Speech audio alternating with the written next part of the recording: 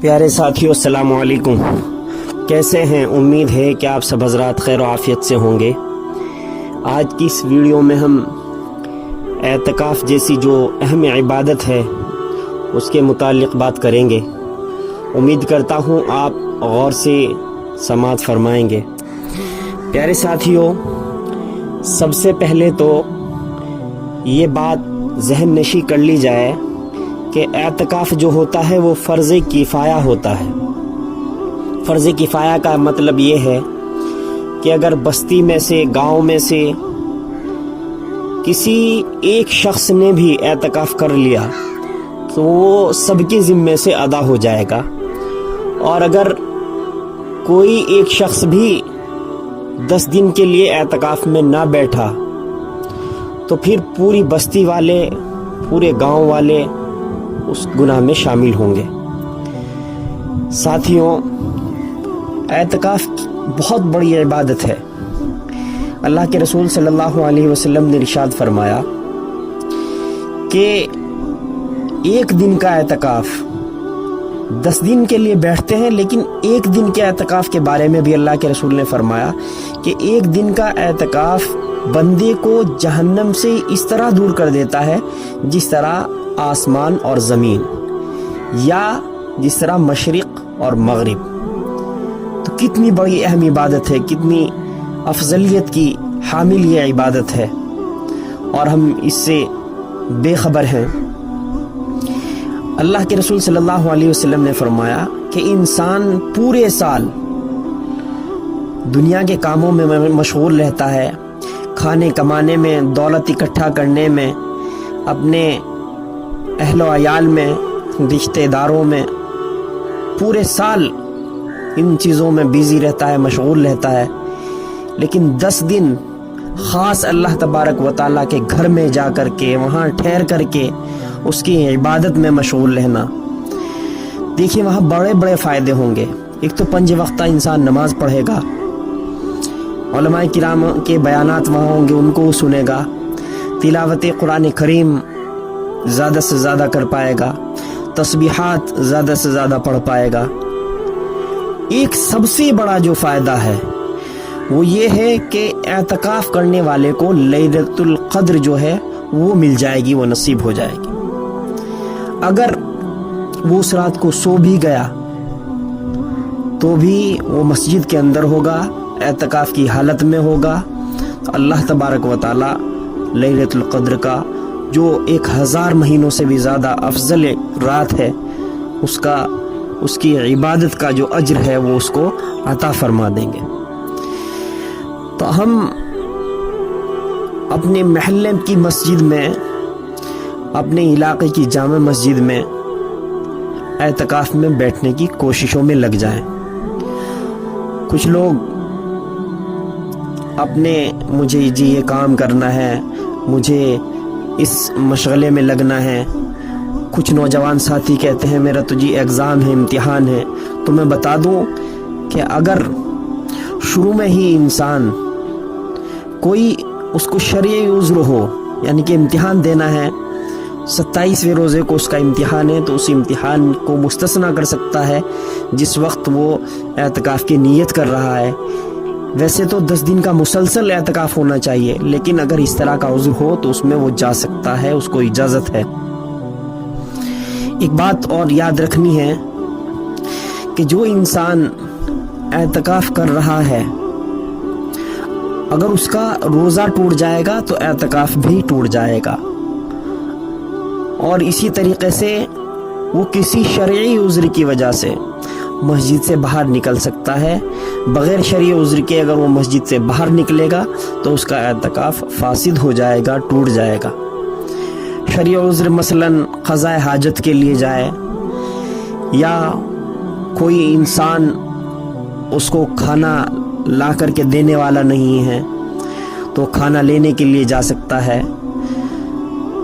وہ انسان فرض غسل کرنے کے لیے باہر جا سکتا ہے، وضو کرنے کے لیے باہر جا سکتا ہے۔ غرض یہ کہ جو ضروری چیزیں ہیں شریعت کی طرف سے اس کو اجازت ان چیزوں کی ہے تو اس سے اعتکاف نہیں ٹوٹتا ہے۔ इसी तरीके से जिन चीज़ों से रोज़ा नहीं टूटता, मसलन बात कर लेने से, सुरमा लगा लेने से, खुशबू लगा लेने से, मिसवाक कर लेने से, उन चीज़ों से भी एतकाफ़ नहीं टूटता है।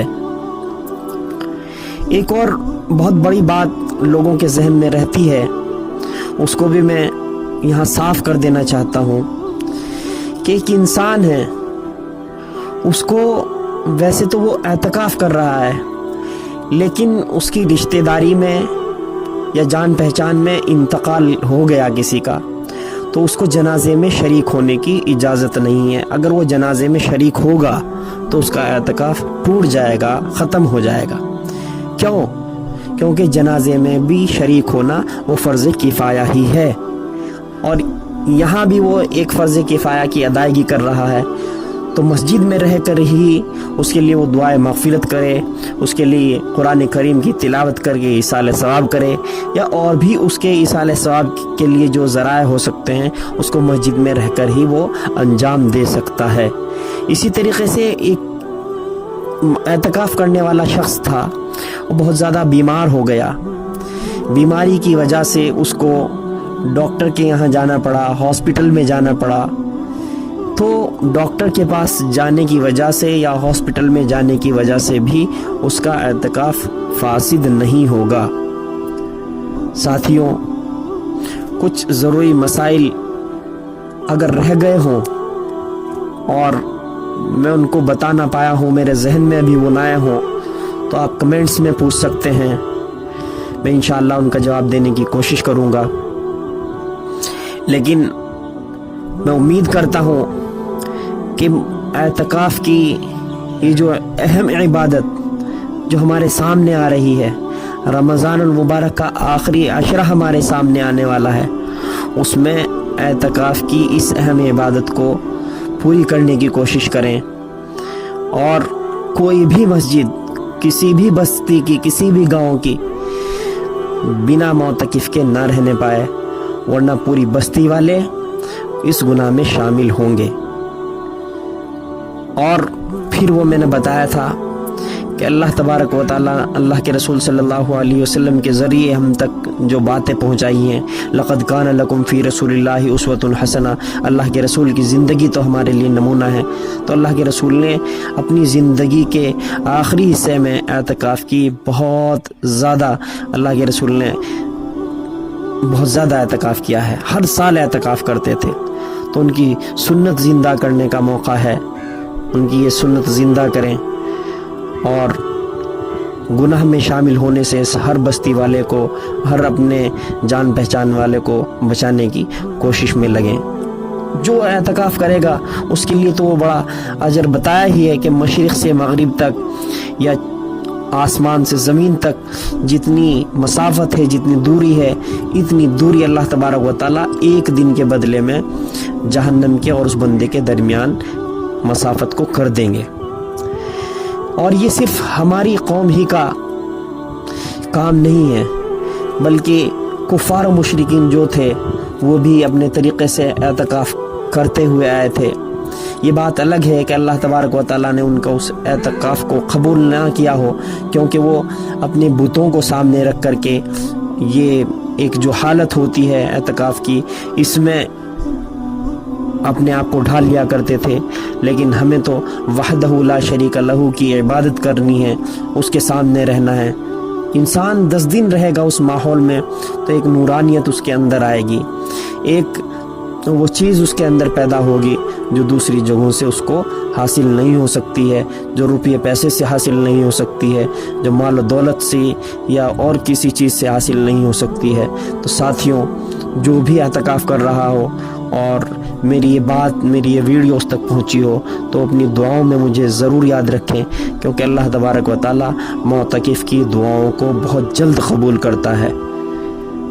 और अगर आप चैनल पर नए हैं, इस वीडियो को पहली बार देख रहे हैं, तो आप बराए मेहरबानी हमारे चैनल को सब्सक्राइब करते चले जाएं। अल्लाह आपको अजर अज़ीम अता फ़रमाए। अस्सलामु अलैकुम व रहमतुल्लाहि व बरकातुहू।